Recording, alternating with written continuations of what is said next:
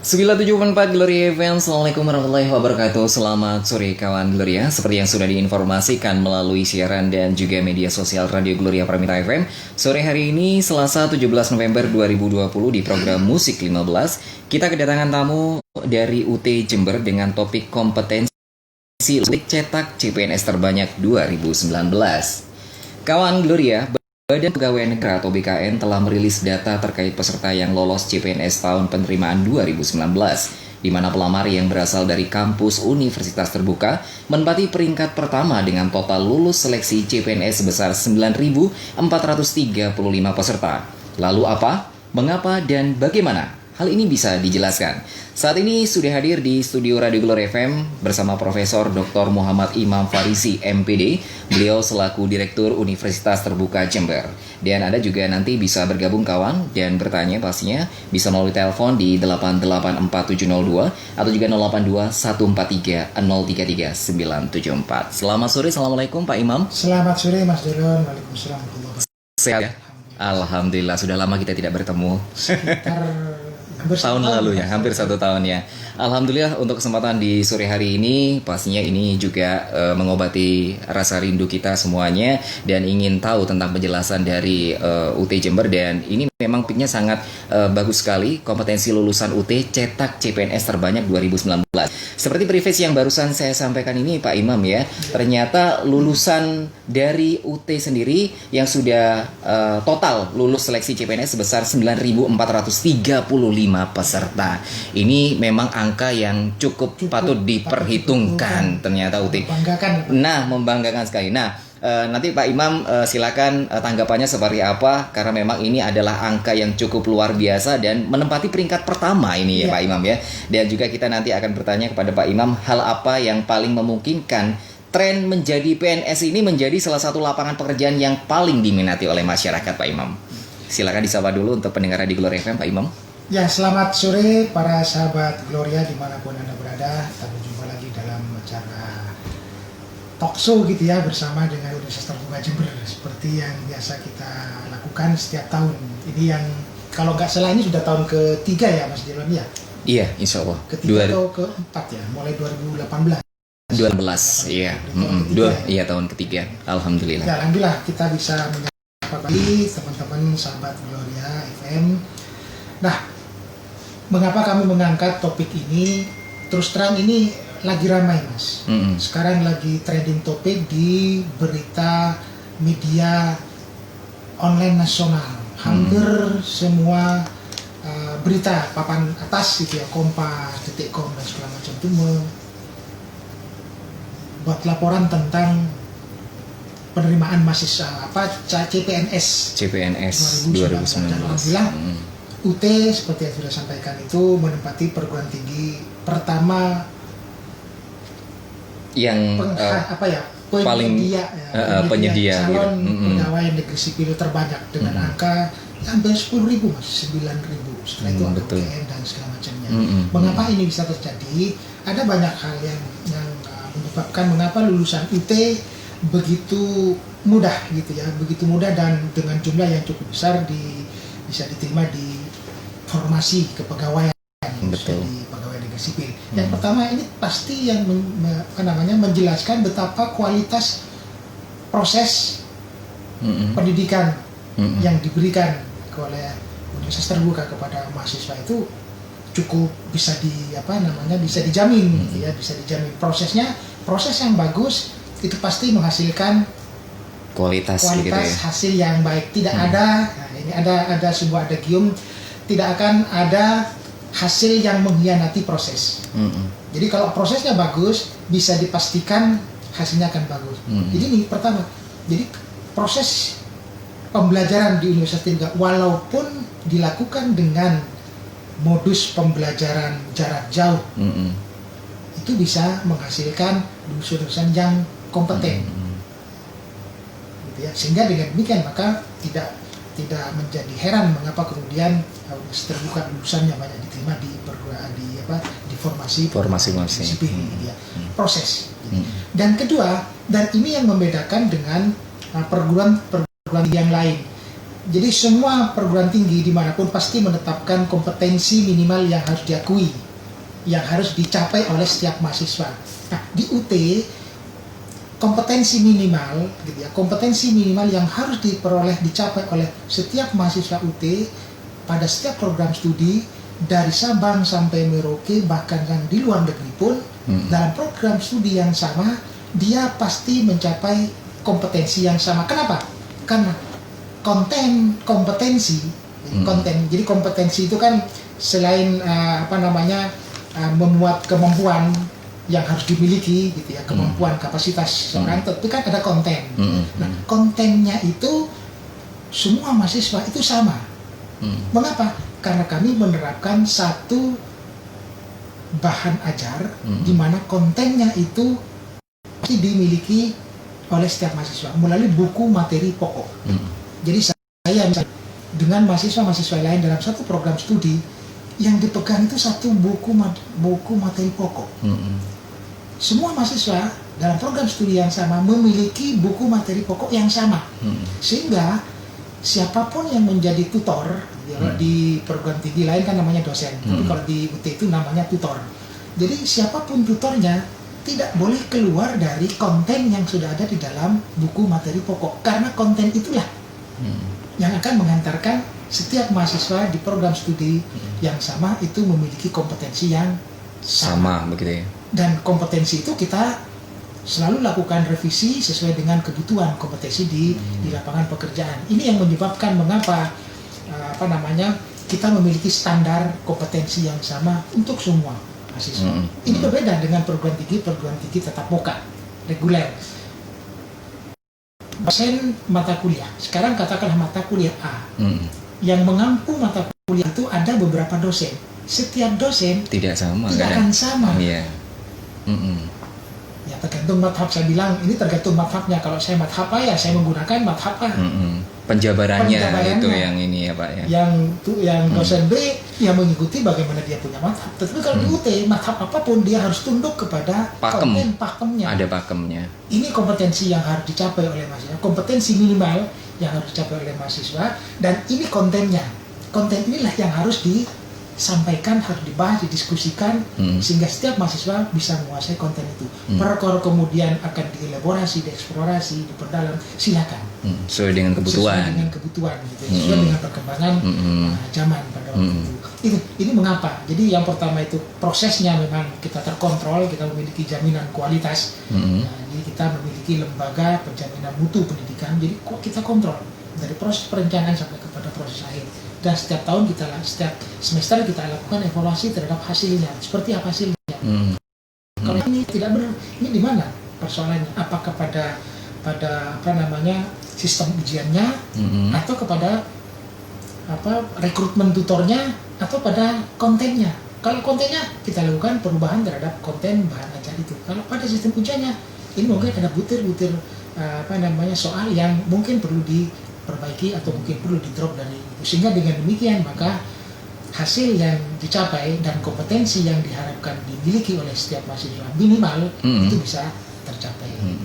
Itulah mengapa kemudian Universitas Terbuka selalu, tahun yang lalu juga begitu, banyak sekali lulusan UT yang kemudian terserap di dunia pekerjaan, khususnya di PNS. Tahun ini pun naik menjadi 9.435, hampir 10.000. Dari 9.435 peserta ini, dari yang masuk ini formasinya juga bukan cuma di satu tempat aja ya Pak ya, tersebar ya? Tersebar di seluruh di wilayah UT Jember. Iya, yang paling banyak didengar oleh UT sendiri apa? Kebetulan juga Pak Imam selaku direktur dari UT Jember sendiri, di formasi apa mereka ini yang paling banyak terserap? Yang paling banyak diterima di CPNS itu formasi guru. Karena memang untuk formasi kepegawaian kita itu yang paling banyak itu formasi tenaga pendidikan, guru, dosen, tenaga kesehatan, pokoknya golongan-golongan fungsional gitu. Nah, di UT yang paling banyak dan memang mahasiswanya besar itu adalah S1 PGSD dan S1 PG PAUD. Inilah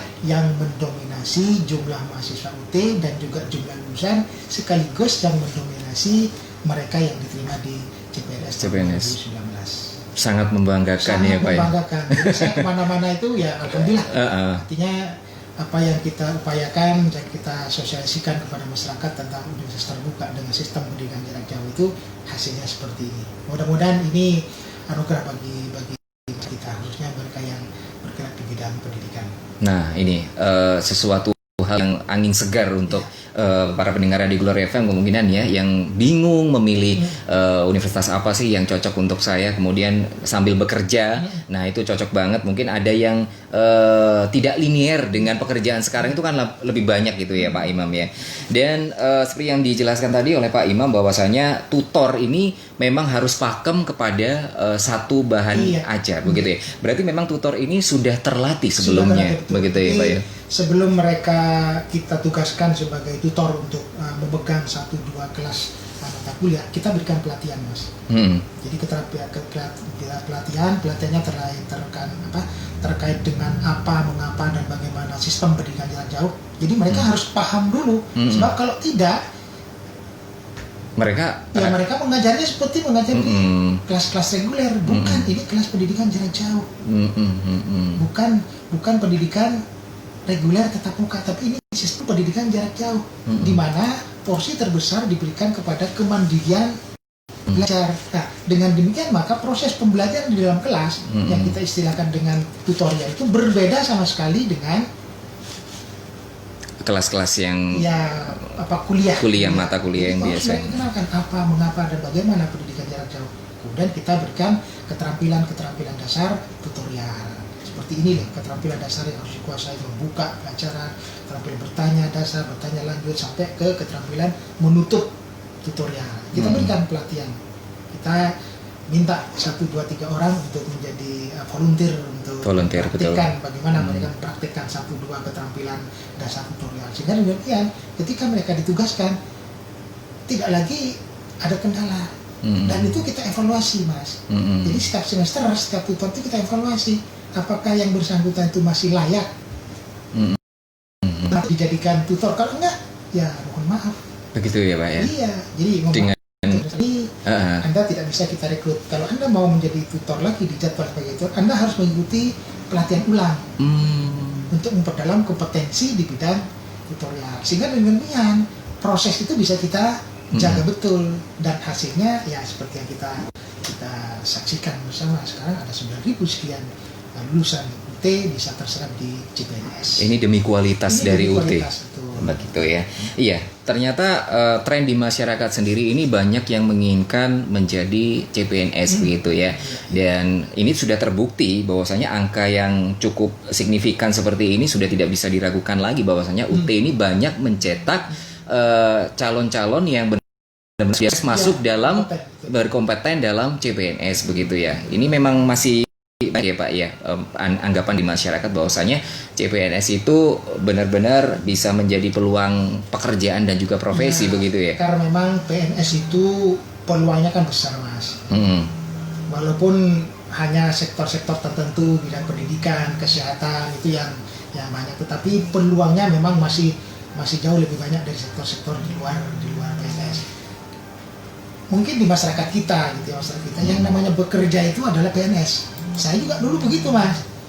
Anggapan awal seperti itu ya. Awal itu kalau tidak jadi PNS, karena apa? Terus terang saja, ini masa corona ini menjadi waktu pembuktian. Kalau CPNS itu kan stabil Mas. Artinya kalaupun ada corona, tidak mungkin PNS itu dikurangi gajinya, potong sekian persen kan? Iya, betul. Terus kan. Tapi kalau sektor-sektor yang lain kan, ya bayangkan seperti pariwisata, terus perhotelan segala macam kan, pengurangan karyawan. Kalau di PNS kan tidak ada pengurangan. Kalau gajinya sekian ya setiap sebulan ya dapatnya sekian.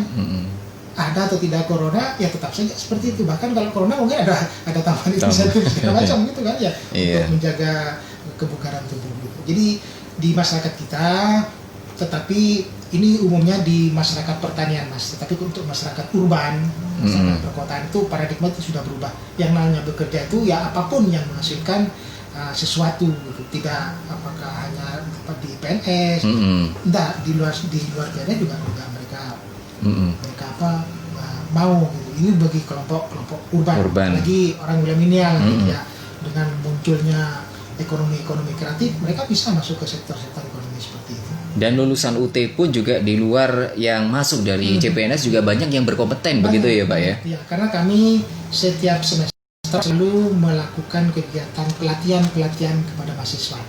Baik itu yang diselenggarakan oleh UT maupun itu yang diselenggarakan oleh kementerian. Jadi ada beberapa program pelatihan yang dikembangkan, misalnya dari Kementerian Koperasi gitu ya, dan Kementerian Pendidikan dan Kebudayaan itu setiap tahun ada program-program pelatihan. Tapi UT juga mengadakan program gitu ya. Program-program pelatihan untuk melatih menumbuh kembangkan entrepreneurship, skill jiwa, juga begitu ya. Jiwa dan keterampilan di bidang kewirausahaan, sehingga mereka begitu lulus dari UT, mereka tidak menggantungkan diri pada pekerjaan yang disiapkan orang lain.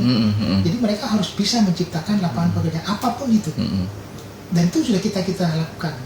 Dan ada program-program pemerintah juga mendukung program mahasiswa wirausaha seperti itu. Berarti ini juga menjawab ya bahwasanya ada pertanyaan ketika mahasiswa itu siap bekerja lulus nanti, ini kurikulum pembelajaran di UT sendiri apa sudah bisa dibilang mampu untuk memenuhi kebutuhan dunia kerja? Berarti sudah terjawab ya Pak ya? Harus tidak ya. Hanya UT, perguruan tinggi manapun itu harus selalu melakukan revisi perubahan terhadap struktur kurikulumnya sehingga dia bisa mengakomodasi kebutuhan pasar. Di konsepnya link and match. Jadi link keterkaitan, match ya, kecocokan itu cocok begitu ya. Kalau tidak begitu maka ya jangan diharap lulusan kita bisa terserap di dunia kerja. Nah itu, ini boleh diangkat Pak? Ada yang mau bertanya ya? Boleh. Baik, di sesi berikut ini ada yang mau bertanya kawan melalui jalur GSM, silakan. Halo, selamat sore, bincang bersama UT Jember. Iya, selamat sore. Assalamualaikum warahmatullahi wabarakatuh. Waalaikumsalam warahmatullahi wabarakatuh. Dengan siapa? Di mana? Saya Alfi dari Karangsari. Mas Alfi, Karangsari, Lumajang. Kita juga UT Jember ya, Mas. Iya, benar sekali Mas Alfi. Ini saya mau menanyakan, menarik. Mm-hmm. Saya tidak menunggu. Oh iya. Terima kasih. Saya tahu informasinya dari Bali ini dari pagi, Mas. Oh iya, baik. Terima kasih Mas Alfi. Ada yang mau ditanyakan? Silakan. Ya, ini saya mau tanya yang pertama, untuk pendaftaran di UT seperti apa? Gimana pendaftarannya? Untuk yang kedua, jurusannya di UT itu apa saja? Mungkin bisa disebutkan Pak ya. Ketiga, pembiayaannya apa? Apa pembiayaannya di UT? Terus yang keempat, ini kan jarak jauh ya Mas ya? Iya, Nah itu perkuliahan jarak jauh. metode pembelajarannya seperti apa Bapak? Mungkin karena saya sendiri tidak mau rencana juga seperti itu. Alhamdulillah.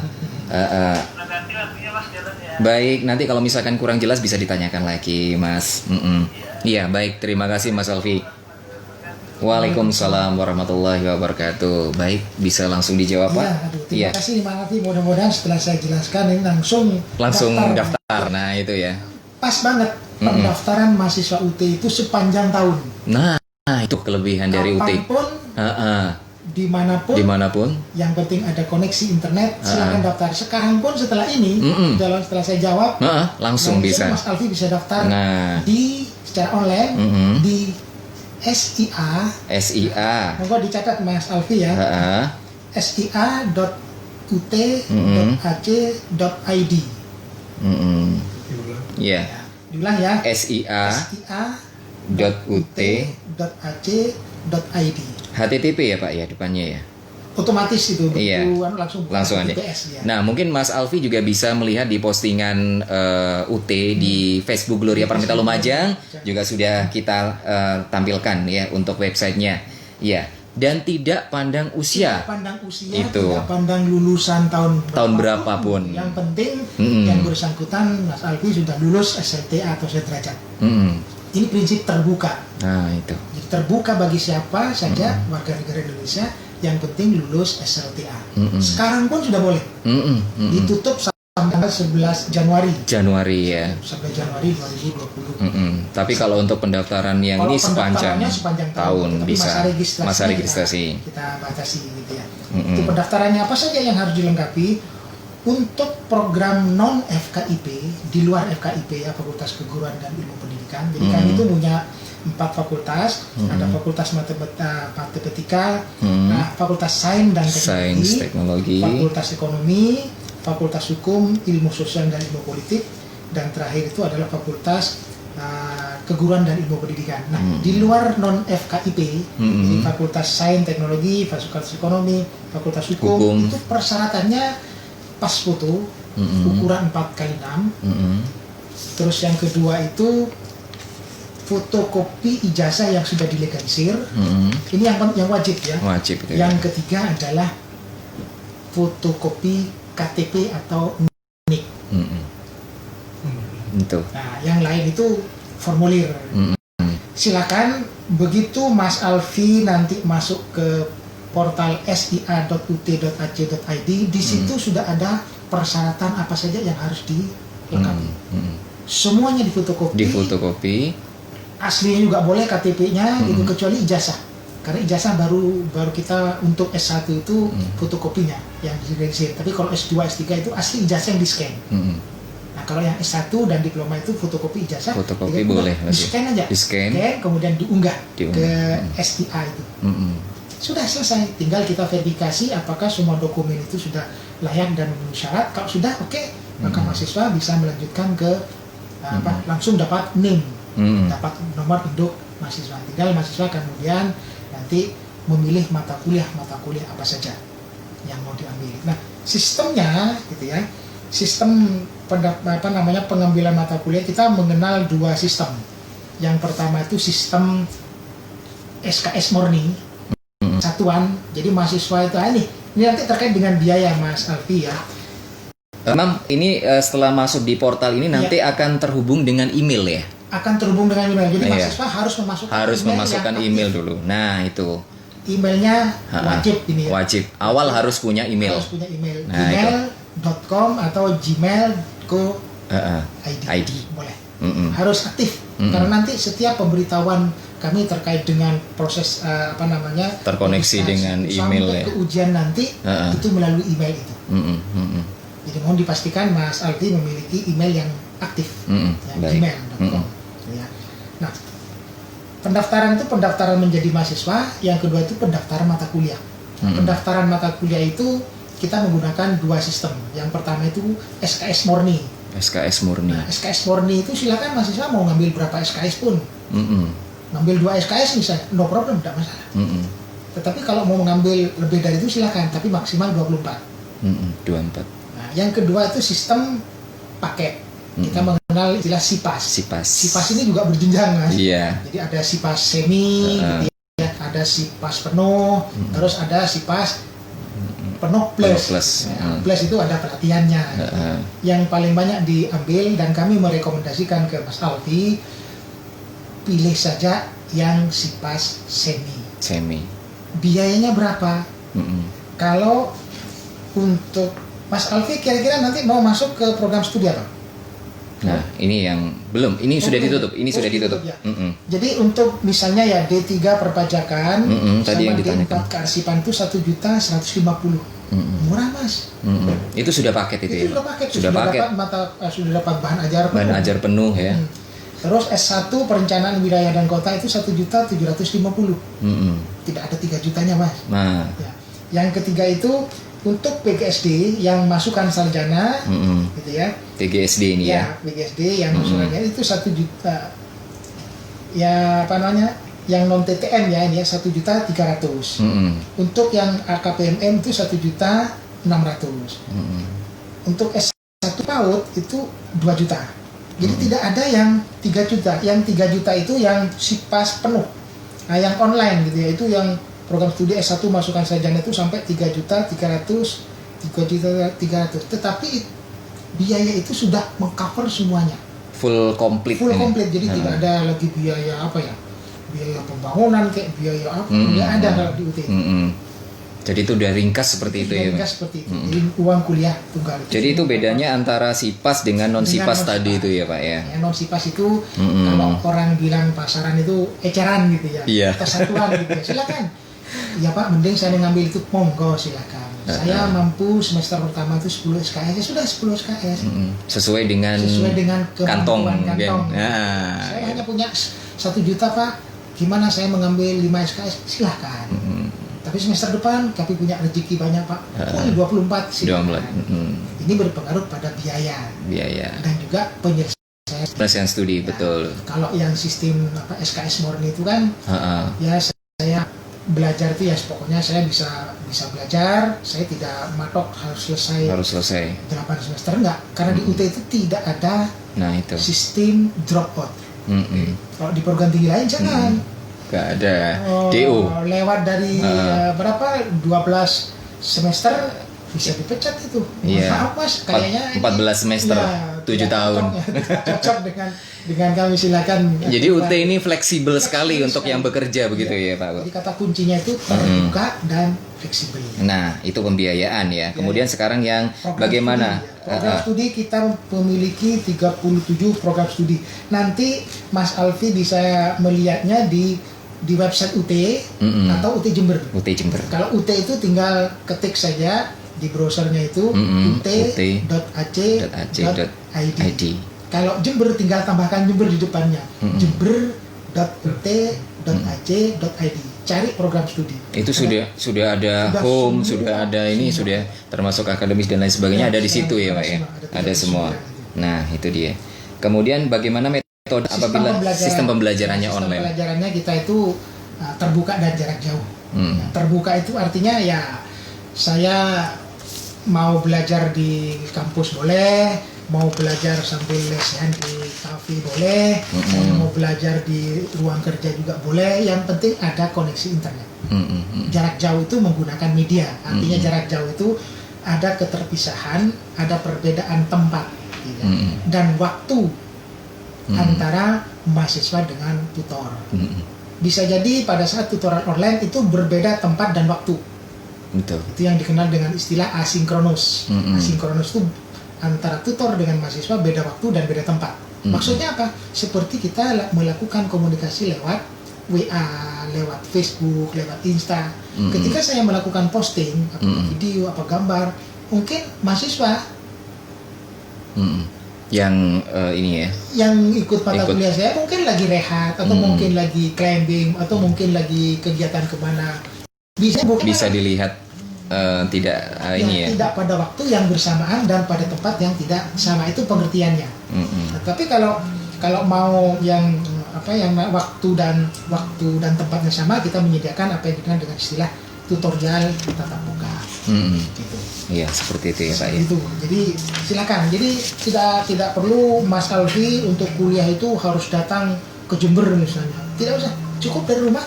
Yang penting memiliki HP, memiliki laptop, masuk ke portal tutorial.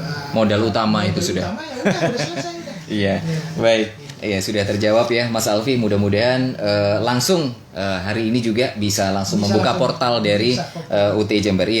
Iya Pak Imam, menjawab yang tadi itu ada hubungannya skema atau model pendidikan jarak jauh yang telah diterapkan ini oleh UT ya selama ini, apakah akan tetap relevan untuk kebutuhan para lulusan SMA, SMK sederajat maupun para pekerja di masa-masa mendatang?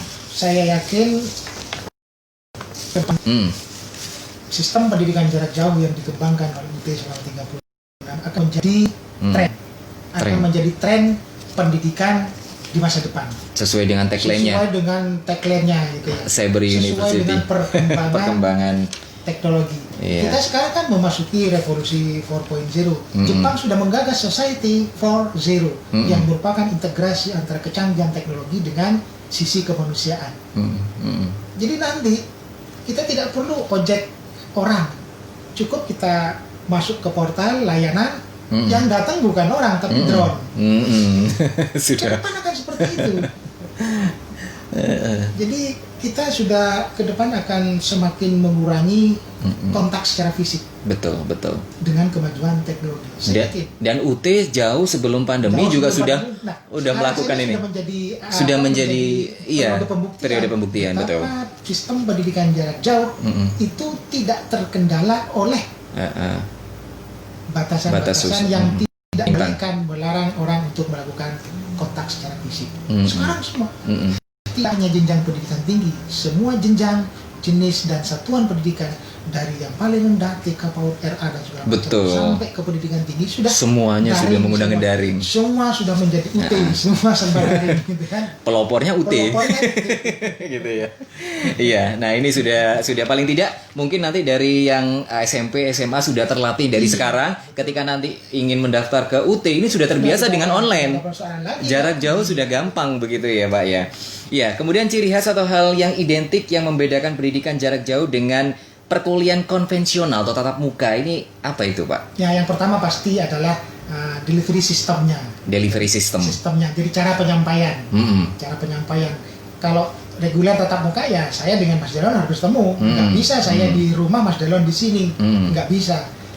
Itu ciri pertama, sistem delivery system. Jadi sistem penyampaian menggunakan beragam Media. Teknologi. Itu yang pertama. Nah, yang kedua struktur ya, struktur atau kalau dalam bahasa kerennya itu sintak gitu ya, sintak pembelajaran. Sintak pembelajaran antara tutorial dalam sistem pendidikan jarak jauh itu akan berbeda dengan sistem pembelajaran tatap muka. Tatap muka konvensional. Kalau tatap muka itu masih banyak kehadiran dosen menjadi sangat penting. Karena dosen pada masih banyak kalangan masih menganggap bahwa dosen itu hal yang paling penting, walaupun sebetulnya kan sudah didorong mahasiswa untuk belajar mandiri, mempelajari referensi yang sudah diberikan oleh dosen. Tetapi dalam kultur pendidikan tatap muka kita, kalau tidak ada dosen, tak akan ada kuliah itu. Betul. Dosen tidak ada. Tidak ada. Yuk kita sulit sekali mereka belajar. Kenapa? Karena tidak ada buku materi pokok yang harus dimiliki oleh setiap mahasiswa. Jadi mahasiswa itu hanya diberi referensinya ini A B C D, silakan kamu cari. Tapi kalau dulu bisa begitu, tidak ada bahan ajar, tidak ada buku materi pokok, tidak ada itu yang namanya sistem pendidikan jarak jauh. Karena itulah setiap mahasiswa wajib memiliki bahan ajar. Apakah itu membeli, apakah itu pinjam, itu lain persoalan. Tapi mulai 1 tahun belakang ini mahasiswa wajib membeli bahan ajar. Kemudian apabila mahasiswa ini mengalami kesulitan, itu bertanyanya nanti melalui tutorial itu. Apakah melalui tutorial online, apakah melalui tutorial webinar, apakah melalui tutorial tatap muka. Itu fasilitas yang kita berikan. Karena itulah Mas Delon, tutorial itu bukan sistem pembelajaran utama, tetapi dia merupakan bantuan belajar. Bisa bantuan belajar. Terus modus belajar utamanya belajar diri, independent learning oleh mahasiswa. Jadi sepanjang waktu mahasiswa, begitu mereka sudah menyelesaikan registrasi mata kuliah setiap semester, maka proses belajar sudah harus dimulai. Nah, tutorial hanya merupakan ruang bagi mahasiswa dan tutor untuk mendiskusikan, untuk membahas hal-hal yang dianggap penting oleh mahasiswa. Saya belum jelas, saya harus diskusi, sebab peer saya tidak bisa menjawab ini. Jadi tutorial itu adalah ruang untuk mendiskusikan, membahas hal-hal yang bagi mahasiswa tidak bisa dipecahkan, tidak bisa dipahami dalam proses belajar mandirinya. Tutorial tempatnya berbeda. Kalau kuliah kan tidak, setiap konsep diajarkan kepada mahasiswa. Kalau di tatap muka, di pendidikan jarak jauh, contoh yang gampang begini Mas Delon. Katakanlah dalam 1 semester untuk mata kuliah A, ada 10 kompetensi yang harus dimiliki oleh mahasiswa. Di dalam sistem pendidikan jauh, tutorial itu tatap muka, apakah itu online, apakah itu web, tidak 10-nya itu harus dicapai dan didiskusikan di dalam proses tutorial. Tidak akan cukup Mas. Betul. Karena tutorialnya hanya 8 kali. Nah, karena itulah tutor harus mengidentifikasi, memilah mana kompetensi-kompetensi yang bisa dipelajari, bisa dilatih kembangkan oleh mahasiswa secara mandiri di luar kelas tutorial, dan mana kompetensi-kompetensi yang memang benar-benar harus dibahas, didiskusikan dalam proses tutorial. Karena menurut analisis dan pertimbangan profesional dosen, tutor, ini tidak mungkin. dicapai oleh mahasiswa secara mandiri. Sehingga dengan demikian bisa jadi 6 bisa dicapai oleh mahasiswa, yang didiskusikan, dibahas itu hanya 4 kompetensi. Itu perbedaan antara tutorial dengan perkuliahan tatap muka konvensional. Kalau sampai terjadi pendidikan jarak jauh membuat mahasiswa sampai keteteran gitu karena tidak terbiasa. Karena semua kompetensi di dalam kelas reguler tatap muka dipindah ke online dengan waktu yang terbatas, dengan situasi pembelajaran yang pasti tidak akan sama dengan tutorial tatap muka. Kalau ini yang terjadi, ya beginilah. Sebenarnya fleksibel ya Pak. Fleksibel kapanpun dimanapun kita itu ya belajar begitu ya. Kita buka gitu. Kesulitan atau ingin mendapatkan pendalaman lebih jauh terhadap apa yang sudah kita pelajari secara mandiri, disitulah tempatnya ruang tutorial. Jadi jangan dibawa semua materi, semua kompetensi ke ruang tutorial, tidak cukup waktunya. Dan memang tidak seperti itu desain proses pembelajaran di dalam sistem pendidikan jarak jauh. Kembali lagi ke mahasiswanya sendiri. Jadi jangan sampai tutorial itu mendistorsi, melangkahi belajar mandiri yang menjadi otoritas penuh dari mahasiswa. Kalau itu yang terjadi, tidak seperti itu pendidikan jarak jauh. Otonomi belajar mahasiswa, kemandirian itu harus didukung, harus didorong melalui proses tutorial. Jadi jangan sampai mahasiswa itu menggantungkan diri pada proses tutorial, itu salah kaprah itu. Nah ini yang banyak tidak dipahami oleh teman-teman ketika masuk ke ruang pembelajaran jarak jauh. Iya. Kemudian kalau untuk ujian bagaimana di UT? Kalau ujian kita tetap seperti biasa, ujian akhir semester gitu ya, tatap muka. Datang ke lokasi-lokasi yang sudah kita pilih, yang sudah kita tetapkan sebagai tempat ujian. Tetapi pada periode pandemi ini, karena memang kan tidak boleh kita menghadirkan banyak orang, maka kita ganti untuk semester ini dengan apa yang kita kenal dengan istilah take home exam. Take home exam. Jadi mahasiswa boleh membawa bahan ujiannya dan menyelesaikan ujiannya, menjawab ujian itu dibawa ke rumah. Namanya saja kan take home. Bawa ke rumah ujiannya. Silakan. Apakah tidak ngerti? Silakan saja. Kami punya fasilitas untuk mendeteksi seberapa besar potensi plagiarisme yang ada pada setiap jawaban mahasiswa. Nah, itu dia. Jadi jangan dianggap pendidikan jarak jauh membuka ruang mahasiswa untuk melakukan plagiarisme gitu, nggak bisa. Copy paste, wah. Ketahuan. Kita punya sistem. Soalnya dari bahasa sudah kelihatan deteksi begitu ya Pak Imam ya. Mencapai sekian persen, sudah. Betul. Resikonya, sanksinya adalah E. Wah, ini sudah bukan D. Maka kalau puas, kawan mencontek semua mata kuliah di semester itu kita hukum dengan nilai E. Ampun. Ini pendidikan karakter dalam sistem pendidikan jarak jauh. Kita mulai dari sini. Pendidikan karakter perlu sekali. Iya. Apakah mereka jujur? Apakah mereka objektif mengerjakan? Jadi jangan dianggap pendidikan jarak jauh itu sulit untuk melatih membina kembangkan karakter. Kita mulai dari kejujuran, objektivitas mahasiswa dalam proses ujian. Iya. Baik kawan, Anda masih bersama Bincang UT Jember dengan topik kompetensi lulusan UT cetak CPNS terbanyak 2019. Ya, Pak Imam, kalau tidak keliru Mendikbud ini juga memberikan pesan saat sambut di Disnatalis UT kemarin ya. Beliau menuturkan bahwa tantangannya adalah bagaimana pendidikan jarak jauh tetap berkualitas, kaya makna dan memberikan bekal solid bagi mahasiswa. Dan sekali lagi juga diperlukan sinergi yang kuat. Sinergi apa itu Pak?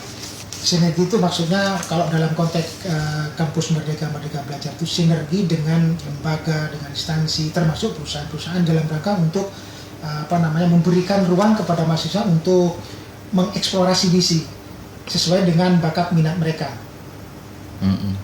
Sesuai dengan bakat dan minat mereka. Makanya sekarang dalam salah satu program kampus Merdeka Belajar itu mahasiswa diberikan ruang selama 3 semester untuk keluar dari program studi. Iya, betul. 2 semester dia boleh keluar dari kampus. Dia mau magang, mau praktekkan keahliannya sesuai dengan kemauan dia. Silakan, mau ke perusahaan boleh.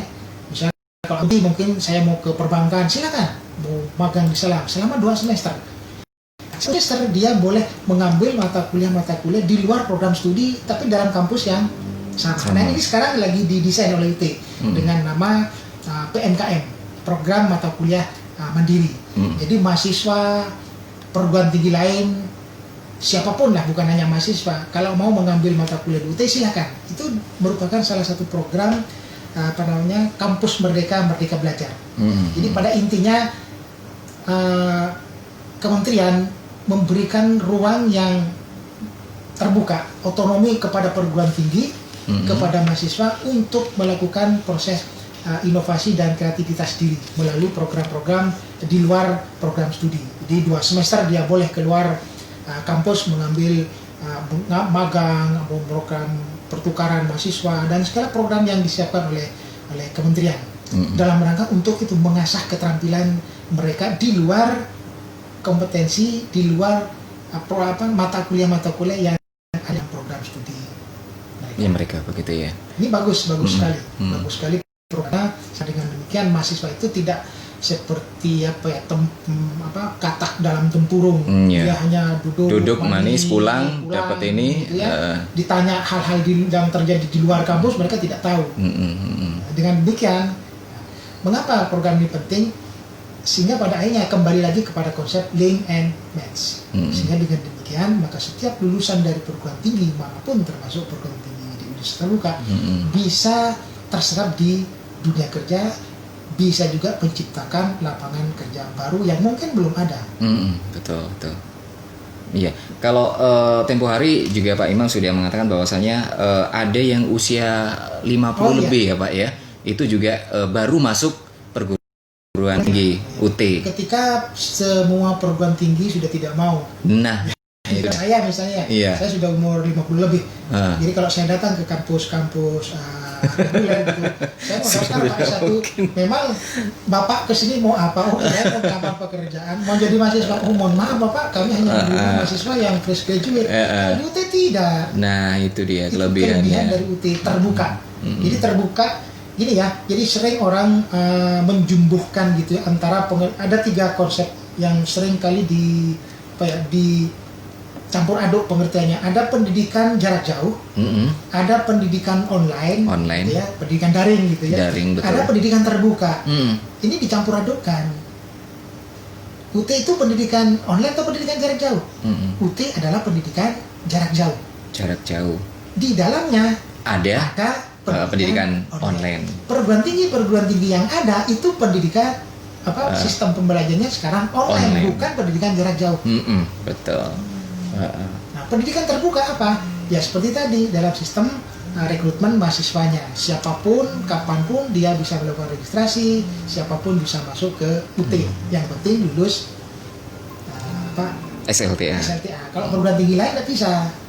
Kalau ada tes kan gitu ya. Di situ perbedaan terbukanya. Baik, ini ada yang bertelepon via WA. Halo, selamat sore, bincang bersama UT Jember. Halo.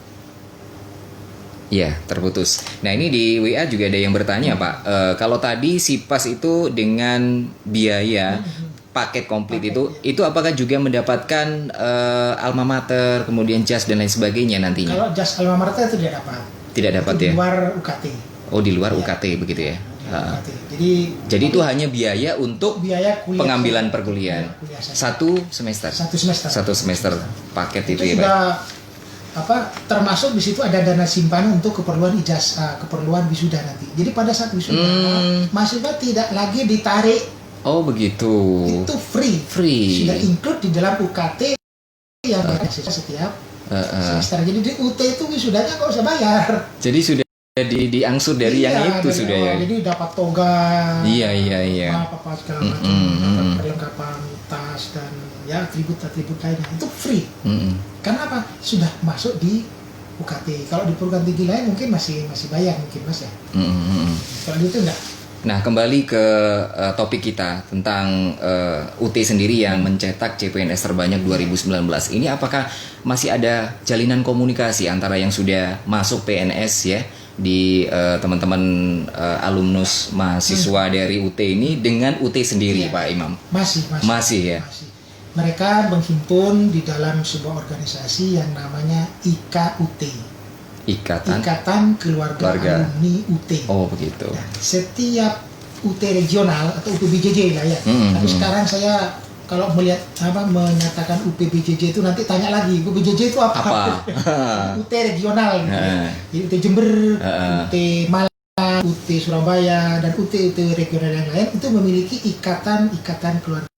Sehingga dengan demikian mereka yang sudah lulus UT dari UT tidak terputus silaturahimnya dengan UT, bisa membantu kami dalam proses sosialisasi, mungkin menjadi narasumber dalam sebuah acara talkshow atau segala macam, itu selalu terjalin. Masih bisa diajak untuk ini ya, bagaimana berbagi testi dan pengalaman selama di UT begitu ya. Iya Pak Imam, waktu kita kurang 3 menit. Iya mungkin closing statement nih ya terakhir. Apa pesan yang bisa disampaikan untuk merangkum semua obrolan kita hari ini terkait dengan topik kita kompetensi lulusan UT ini, cetak CPNS terbanyak 2019 sebesar 9.435 peserta. Monggo silakan ya, untuk para pendengar Radio Gloria. Pada para pendengar Radio Gloria dan publik luas dimanapun Anda berada, gitu ya. Jangan ragu dan jangan takut untuk masuk bergabung bersama kami dengan Universitas Terbuka, karena Universitas Terbuka adalah perguruan tinggi negeri yang kompetensinya kalah dengan lulusan-lulusan perguruan tinggi lain, karena kami selalu menjaga agar proses dan hasil pendidikan itu mencapai standar kompetensi minimal yang ditetapkan oleh pemerintah. Dan satu hal lagi, Universitas Terbuka adalah perguruan tinggi yang terbuka dan fleksibel. Terbuka dalam sistem rekrutmen, terbuka dalam sistem proses pembelajarannya, terbuka juga dalam ujiannya. Fleksibel, siapapun, kapanpun, dimanapun Anda bisa belajar. Itu yang bisa saya sampaikan sesuai dengan tagline kami, Making Higher Education Open to All. Menjadikan perguruan tinggi itu terbuka bagi semua warga, bagi semua masyarakat, tanpa pandang usia, tanpa pandang usaha dan strata apapun yang dimiliki. Iya, baik. Itu saja Mas Delon yang bisa sampaikan. Terima kasih Pak Imam sudah hadir di studio Radio Gloria FM dan pastinya berjalan untuk pendengar Radio Gloria FM yang ingin masuk ke UT Jember yang pendaftarannya hingga 13 Januari 2021 ya. Tapi kalau untuk pendaftaran di luar registrasi sepanjang tahun bisa begitu ya. Baik, terima kasih untuk Pak Imam dan juga tim dari UT Jember, dan terima kasih untuk para pendengar di Gloria FM dimanapun Anda berada. Dan akhirul kalam, wassalamualaikum warahmatullahi wabarakatuh. Waalaikumsalam warahmatullahi wabarakatuh.